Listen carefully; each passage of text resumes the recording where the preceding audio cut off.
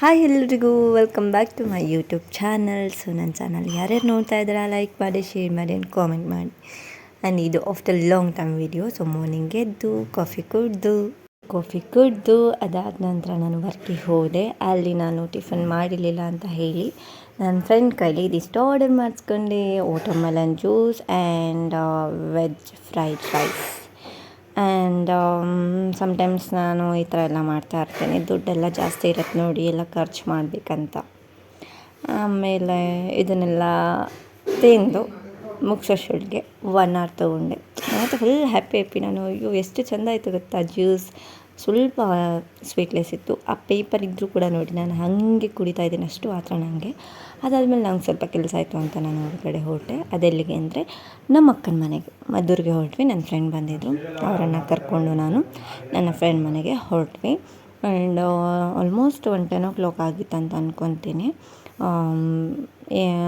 ಅಂದರೆ ಲೈಕ್ ಸ್ವಲ್ಪ ಕೆಲಸ ಇತ್ತು, ಸೊ ಅದಕ್ಕೆ ಹೋಗಿದ್ವಿ. ಅಲ್ಲಿ ಪೆಟ್ರೋಲ್ ಹಾಕ್ಸ್ಕೊಂಡು ನಂತರ ನಾವು ಫೈನಲಿ ನಮ್ಮ ಅಕ್ಕ ಮನೆಗೆ ರೀಚ್ ಆದ್ವಿ.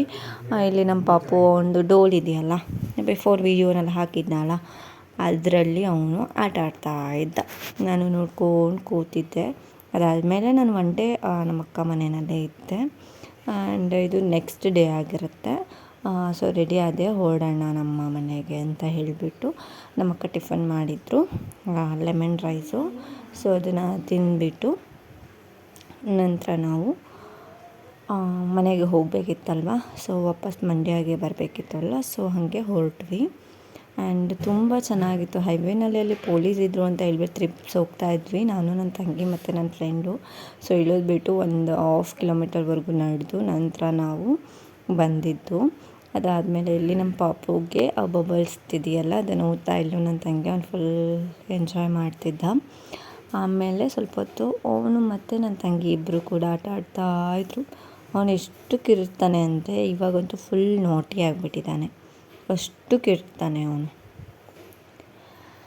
ಆ್ಯಂಡ್ ನನಗೆ ಯೂಟ್ಯೂಬಲ್ಲಿ 1 week ನಾನು ಗ್ಯಾಪ್ ಕೊಟ್ಟಿದ್ದು, ಬಿಕಾಸ್ ಚೂರು ಬ್ಯುಸಿ ಇದ್ದೆ ಅಂತ ಹೇಳಿಬಿಟ್ಟು. ಆ್ಯಂಡ್ ಇನ್ಮೇಲೆ ಐ ಹೋಪ್ ನಾನು ವ್ಲಾಗ್ಸಲ್ಲಿ ಆ್ಯಂಡ್ ಯೂಟ್ಯೂಬಲ್ಲಿ ಆ್ಯಕ್ಟಿವ್ ಇರ್ತೇನೆ ಅಂತ. ಎವ್ರಿ ಟೈಮ್ ನಾನು ಇದೇ ಹೇಳೋದು, ಬಟ್ ನಾನು ಬ್ಯುಸಿ ಆಗಿಬಿಡ್ತೀನಿ. ನೋಡಿ ಇವನಿಗೆ ಚಡ್ಡಿನೇ ಹಾಕಿಲ್ಲ ಗೊತ್ತಾ, ಆದರೂ ನಾನು ಕ್ಯಾಪ್ಚರ್ ಮಾಡ್ಕೊಂಡ್ಬಿಟ್ಟೆ. ಅದಾದಮೇಲೆ ನಂದು ಹೇರ್ ಬಂದಿತ್ತು, ಅದು ನೀನು ತಲೆಗೆ ಹಾಕಿದ್ದೆ. ಅವ್ರು ಎಷ್ಟು ಕ್ಯೂಟಾಗಿ ಕಾಣಿಸ್ತಿದ್ದೆ ಗೊತ್ತಾ, ಅಯ್ಯೋ ದೇವ್ರೆ. ಅದಾದಮೇಲೆ ನಮ್ಮ ಅಕ್ಕ ಟಿಫನ್ ಮಾಡಿಲ್ಲ. ಟಿಫನ್ ಬಂದು ಪಾಲಕ್ ರೈಸ್ ಮಾಡಿದಿತ್ತು. ತುಂಬ ಸಖತ್ತಾಗಿ ಮಾಡ್ತಾಳೆ ನಮ್ಮ ಅಕ್ಕ. ಆ್ಯಂಡ್ ನಮ್ಮ ಪಾಪ ಮಲಗಿದ್ದ, ಅದಕ್ಕೆ ನಾವು ಬೇಗ ತಿನ್ಕೊಬಿಡೋಣ ಅಂತ ತಿಂತಾಯಿದ್ವಿ. ಅವನು ಕೂಡ ಆಫ್ಟರ್ನೂನ್ ಎದ್ದ, ಅವನಿಗೆ ಕೂಡ ನಮ್ಮ ಅಕ್ಕ ರೈಸ್ ಮತ್ತು ಕ್ಯಾರೆಟ್ ರೈಸ್ ಅವನಿಗೆ ಕೊಡೋದು. ಅವನಿಗೆ ತಿನ್ಸೋಷ್ಟೊಳಗೆ ಸಾಹಸ ಮಾಡಬೇಕಿತ್ತು.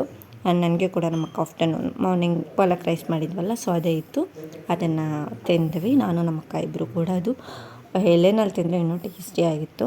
ಆಮೇಲೆ ಇವರಿಬ್ಬರು ಏನೋ ಗುಸು ಅಂತ ಮಾತಾಡ್ತಾಯಿದ್ರು.